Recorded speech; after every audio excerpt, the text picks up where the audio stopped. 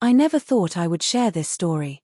Some nights mark you forever, not because of what actually happened, but because of what almost happened, because of how close you came to crossing a line you can never return from. This is one of those nights. The wind outside rattled the windows, and the house felt colder than usual. I stood in the kitchen stirring a pot of soup, steam curling upward, blurring the glass as if trying to hide me from the world. My name is Clara Bennett, and for most of my life, I've carried the title of single mother. My son, Ethan, is 22 now, but for years, he's been more than just my child. He's been my anchor, my reason to keep moving forward. We've always been close. Too close, maybe. But nothing could have prepared me for what that night would stir between us. Ethan came home late, his shoulders slumped, his face pale with exhaustion. He looked like the weight of the world was crushing him. "Mom," he said softly, almost like a little boy again, "I don't feel so great." My heart clenched. "You look wiped out, sweetheart. Why don't you lie down? My bed's warmer, and this house feels like an icebox tonight." He didn't argue, just nodded and trudged down the hall toward my room. I followed with a quilt draped over my arm, watching him collapse onto the bed as if he hadn't slept in days. I tucked the blanket around him, brushing his hair back from his forehead. "Thanks, Mom," he murmured, his eyes fluttering closed. I sat beside him for a moment, listening to his breathing settle, telling myself it was nothing unusual, just another night of care and comfort, like so many before. But then, I did something I hadn't planned. I lay down beside him. It was innocent in my mind, just a way to share warmth, since the heater was failing and the chill of the night seemed endless. The silence stretched between us, fragile and heavy.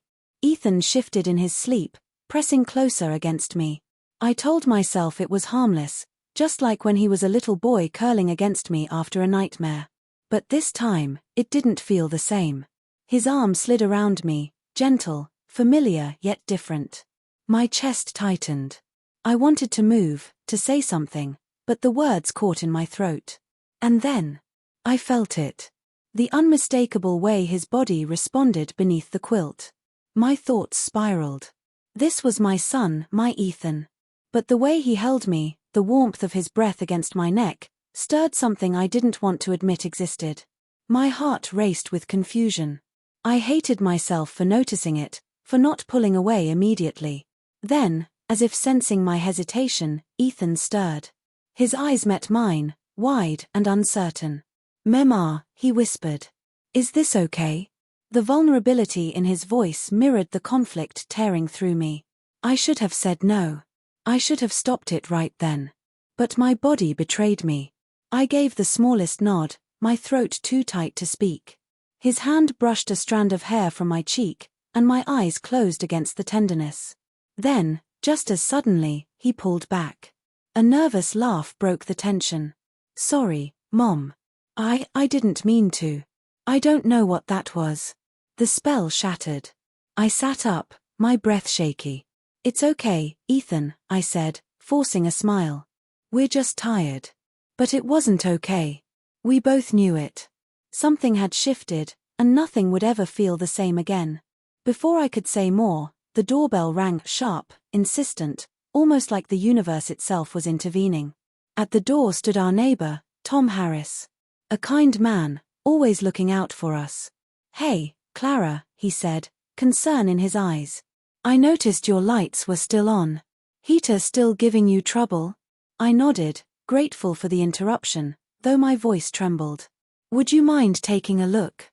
Tom stepped inside, his presence filling the room with steady calm. As he worked on the heater, he asked about Ethan's classes, my job at the library, little things to keep the air light. I answered on autopilot, my mind still tangled in what had just happened. But I could feel Ethan nearby, standing stiff in the hallway. Watching. His jaw was tight, his expression unreadable. Jealousy. The thought unsettled me.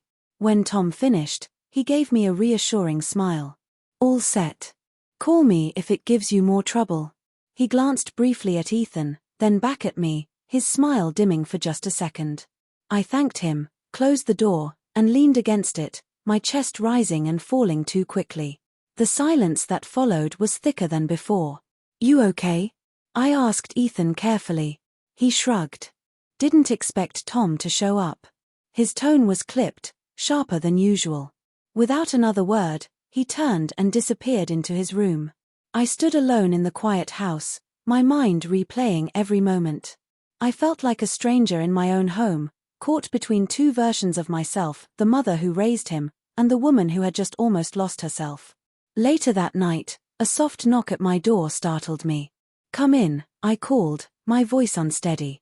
Ethan stepped inside, hands stuffed in his pockets, eyes downcast. He sat on the edge of my bed, the weight of unspoken words between us. "I'm sorry," he whispered. "I don't know what's going on with me. Earlier, it was weird. I didn't mean to make you uncomfortable." His voice cracked, and my heart ached. I reached out, resting my hand on his arm. It was meant to comfort him, but the touch carried a strange weight neither of us could ignore. "It's okay," I said softly. "Maybe we're both feeling things we don't fully understand. It's been just us for so long. Sometimes, that can make things complicated." He nodded, his eyes glistening. "You're everything to me, Mom. I don't want to mess this up." His words gutted me. I wanted to pull him into my arms and never let go, but I didn't know if that would heal him or destroy us. "Maybe we need to take a step back," I whispered. "We don't have to figure this out all at once." He leaned his head on my shoulder, just like he used to when he was a boy. The comfort was real, but it wasn't enough to erase the shift between us. We both knew it. Another knock came then, harder this time. I opened the door to find Tom again, concern etched on his face. "Clara, I'm sorry," he said. "You seemed off earlier. I just wanted to check in." I forced a smile, though my hands trembled. "We're fine, Tom. Just a quiet night." His eyes flicked past me, landing briefly on Ethan before returning to mine. He studied us for a moment, then nodded slowly. "All right. I'm next door if you need anything." When I closed the door again, Ethan moved closer, his voice low, filled with uncertainty. "Mom, maybe we shouldn't push this. Maybe we need time." I met his gaze, my heart heavy. "Maybe you're right." The night ended quietly, but the silence was louder than words. And deep down, I knew nothing would ever be the same again.